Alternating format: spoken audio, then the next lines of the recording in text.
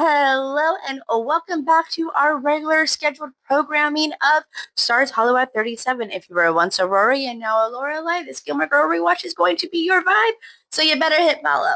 We are still in season 3, and I just watched episode 12.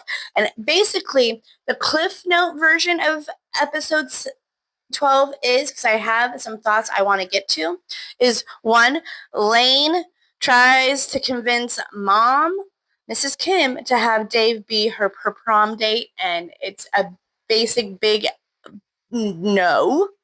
And something in that moment, or in her storyline where Rory and her are doing their cousin's makeup for the wedding and all of that, and there's like one, it's a really sweet moment because they have that realization that it's like the last one um until Lane gets married. And she goes, oh, she's like, yeah, we got a long way to go or something like that. But I'm like, does Lane even want to get married? And isn't that some kind of foreshadowing that's happening, that's going to happen later? Okay. Another thing, Luke actually asks a girl out on a date, and it is Taylor Dosey's a, attorney, I think, right? But anyway, she has to come in and talk to Luke and get him to sign some kind of legal document, yada, yada, yada.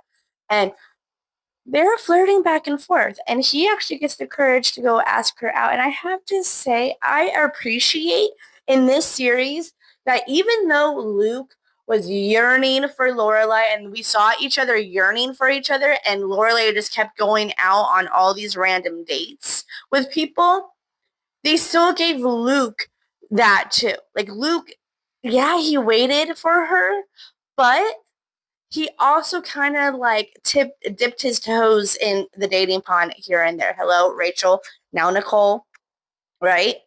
Um, Also another there is okay, and then also here's another moment that I actually think it foreshadows the moment with Logan's dad is Paris and Rory are getting into it left and right. They cannot agree. And basically, it shows Rory being a real crappy friend, right? And the headmaster goes, hey, the next time you decide to take a position in something, if you can't take the criticism or anything and you want to run away because things get hard, don't do it, right?